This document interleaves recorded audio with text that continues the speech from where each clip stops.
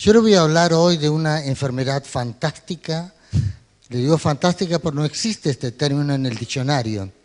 Esta enfermedad se llama la broncemia y dicen que los médicos que la padecen, ya que broncemia etimológicamente sería la cantidad de nivel de bronce en sangre, los médicos que la padecen, a medida que pasan los años, al comenzar a invadirse con bronce, creen que son próceres y sueñan con que su estatua de bronce alguna vez esté en el patio del hospital o de la clínica en la que él trabajó.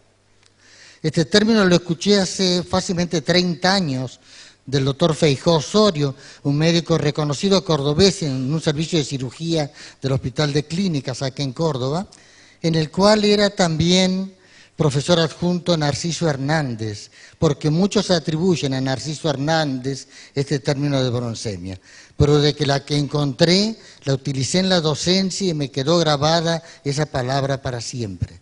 Decía Narciso Hernández que el enfermo de broncemia pasaba por 2 etapas.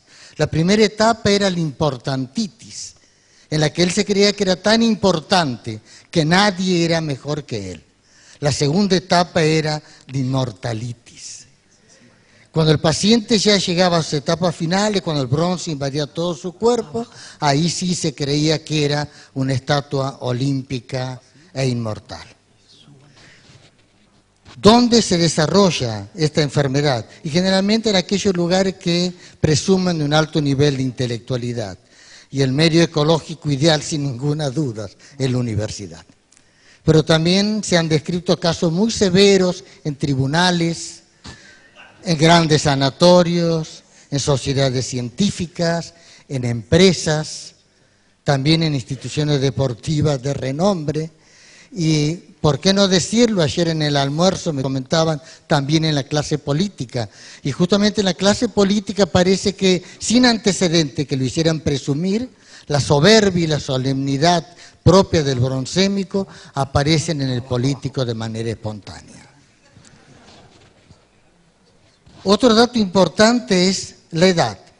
Generalmente comienza a aparecer 45, 55 años, pero los casos más severos se presentan entre los 55 y 65 años, que es cuando el hombre, en su deseo de disertar y hablar de cosas que generalmente ha leído en forma bastante superficial, está en relación inversa con su edad y su capacidad de poder comprender y discernir.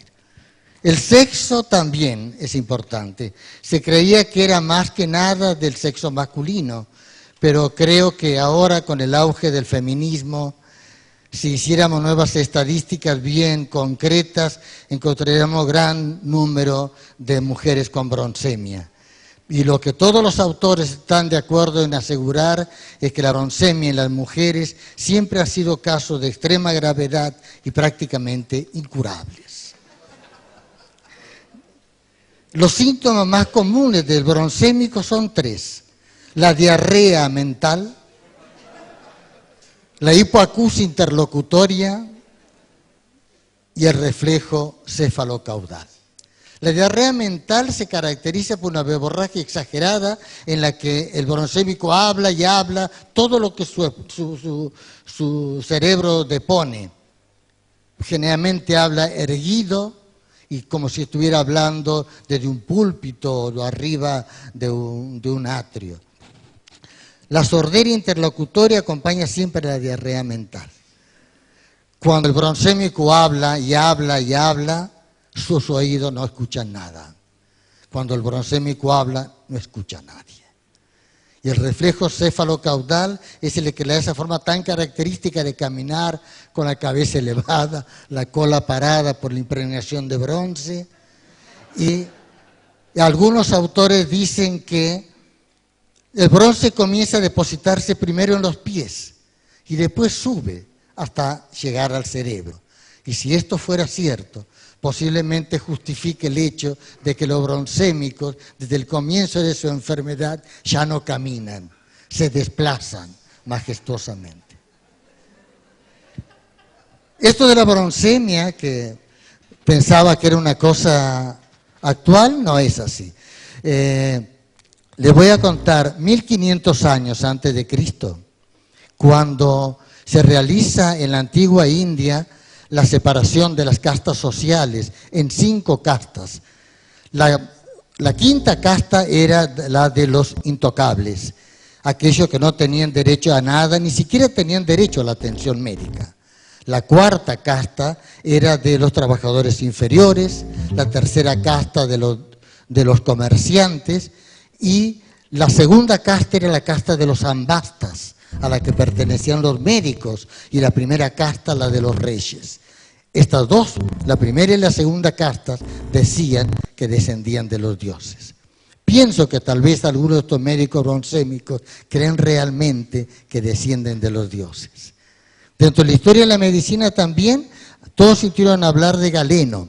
Galeno de Pérgamo era un médico que ejerció en la Roma imperial en el año 162 y era un bronsémico, un ególatra incorregible, hablaba permanentemente de sus grandes ganancias, de su fama, y revestía todas sus curaciones de una manera milagrosa como para poder impresionar más a la gente.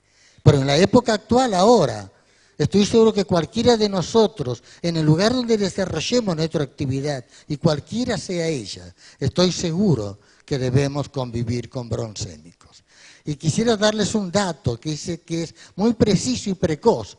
Muchos autores dicen que uno de los primeros síntomas que tiene el bronsémico es que comienza a perder la capacidad de sonreír.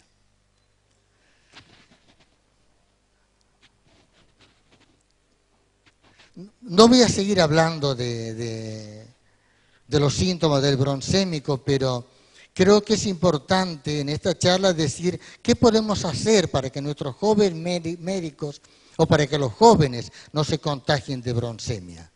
Yo creo que únicamente podemos hacer con todos nuestros esfuerzos, tratar de imbuirles en su cerebro, en sus mentes, el deseo de ayudar a sus colegas, a sus colaboradores, a sus pacientes, de sembrar dentro de ellos para que florezca el espíritu de servicio.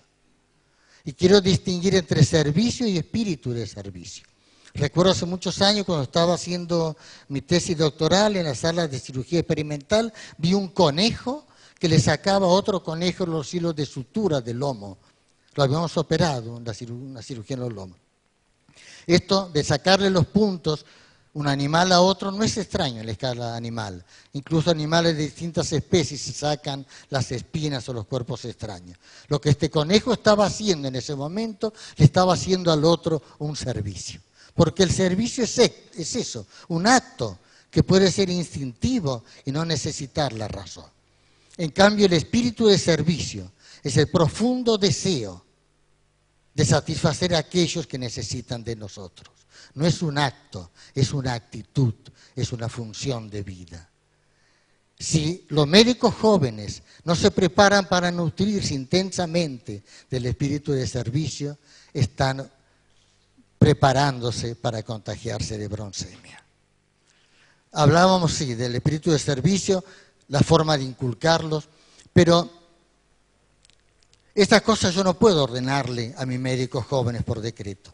No les puedo decir a partir de mañana piensen así, a partir de mañana comiencen a querer a sus pacientes.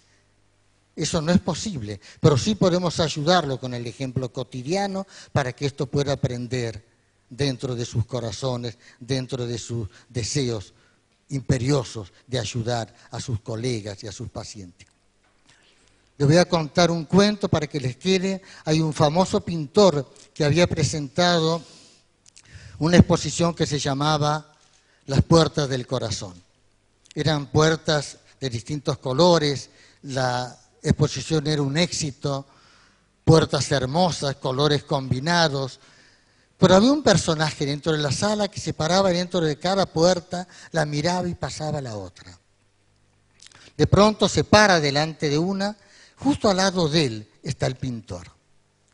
Entonces, humildemente le dice, vea, discúlpeme, las puertas que usted pinta son hermosas, pero yo soy cerrajero y quiero darle mi modesta opinión. veo que sus puertas no tienen picaporte, ¿cómo se van a abrir?